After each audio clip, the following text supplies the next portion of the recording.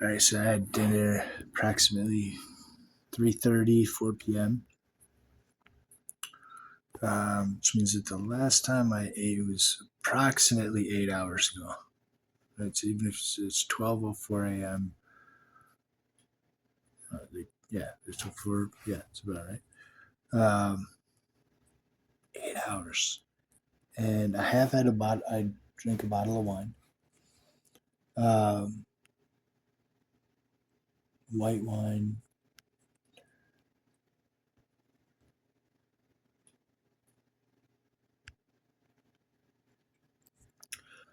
And it's funny because I had posted this thing about a voodoo priest, that there was somebody high up in the government that was listening to advice from a voodoo priest. And I think about the nonsensical sewing that has entangled people, like colors and like, oh, it's so that. It's like, the fact that demonism, that nonsensical, heretical, blasphemous corruption has somehow spread itself into the conscience and the heart and the mind of decent people. Like, that shit would never have entered my mind. I've never thought like that. I've never, I've never studied those. I'm not, but Orthodox Catholic, you know, constitutionally loyal veteran, University of Michigan graduate. I've studied a lot of different things, right? I've studied Buddhism, I've studied Eastern religions, I've studied different languages, I've studied different cultures.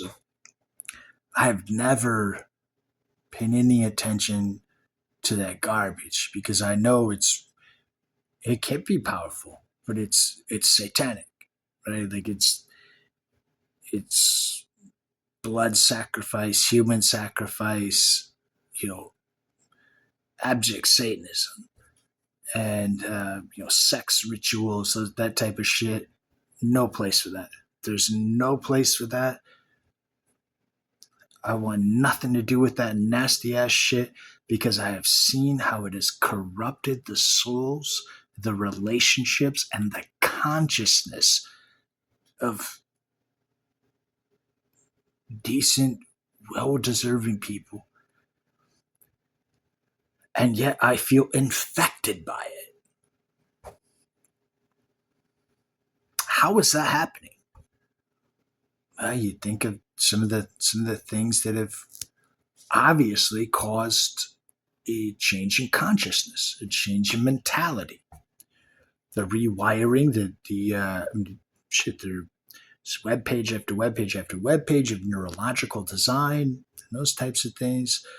And at a certain point, we obviously we have to realize that the COVID question, the vaccine question, the mRNA technology, the potential of designing central nervous systems without consent is one of those existential human rights questions. So if you call yourself a philanthropist, if you call yourself a scientist, if you call yourself a patriotic American, a good person, a decent person, a person of conscience and conscientiousness, in order to think, in order to speak, in order to feel, we have to have physiological integrity. We have to have bodily consciousness or bodily sovereignty, as well as consciousness of mind.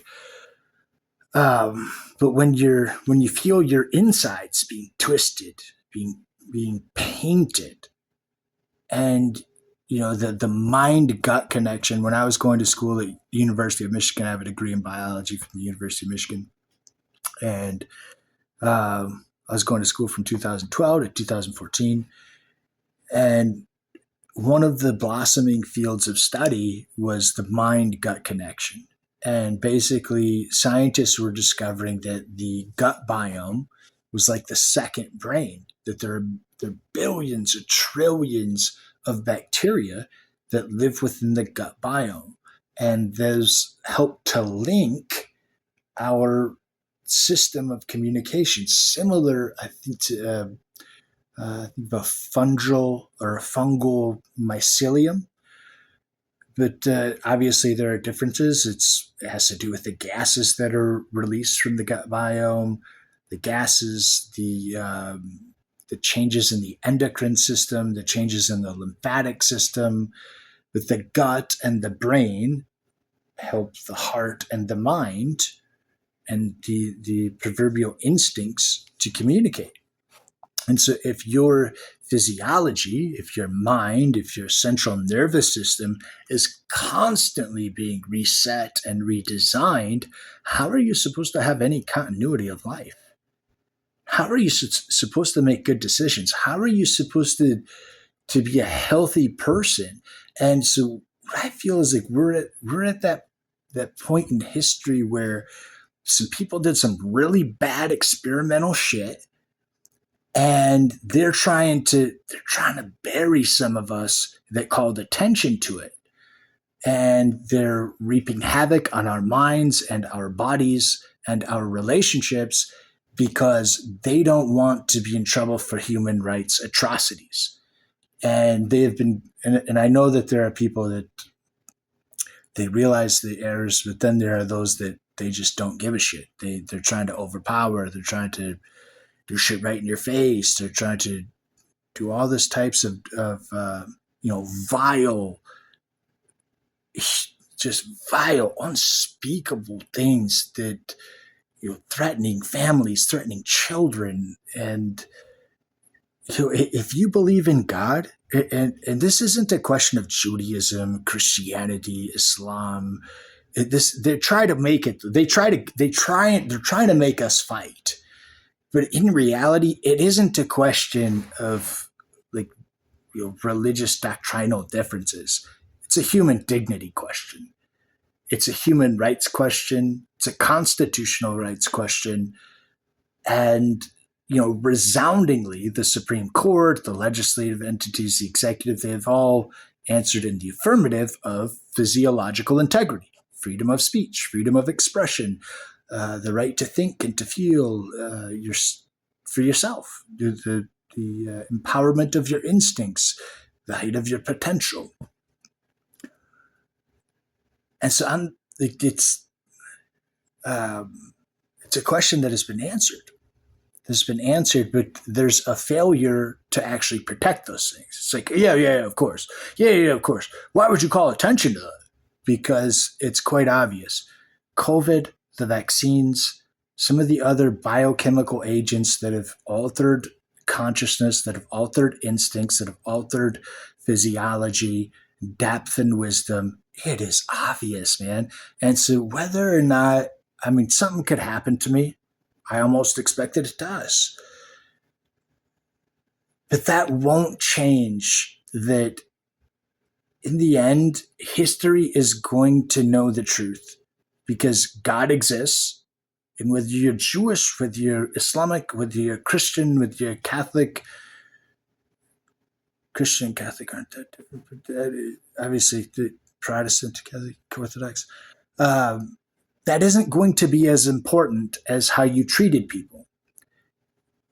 Were you violating human rights? Were you violating constitutional rights of physiological sovereignty, physiological integrity, depth, wisdom, and consciousness? What if somebody's wrong? Okay, somebody's wrong. Is that an excuse to be messing with their mind and with their heart?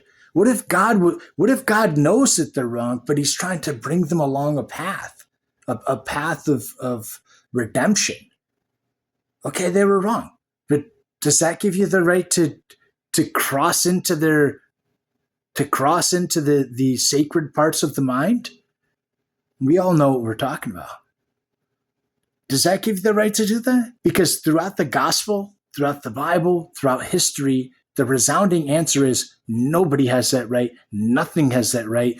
You're venturing into God territory, whereas God has recognized that there have been wrong people throughout history that have done atrocious things, and yet he somehow, through his miraculousness, brings them to a purpose. And the United States government is built on that foundation. That men that have been wrong, women that have been wrong, have found a purpose. And we are supposed to, especially as a person that is been sworn into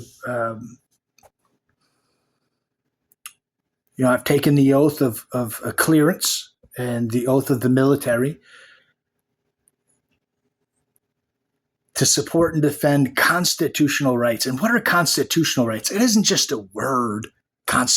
They're human rights. They're God-given rights. The God-given rights recognized the laws of our country recognize there are certain unalienable rights that are enshrined upon us upon birth. The freedom of speech, the freedom of thought, the freedom of religion, the right to self-defense. And what does that entail? First and foremost, physiological integrity. Physiological integrity, the right to depth, the right to health, the right to wisdom. Now, we don't have to think the same thing, but how the hell are other people knowing each other's thoughts? And they quite obviously are. We have a right to physiological integrity. We have a right to bodily sovereignty. We have a right to depth and wisdom.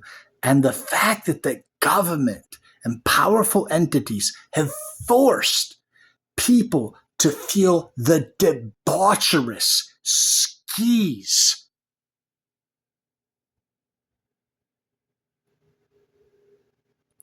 inexcusable.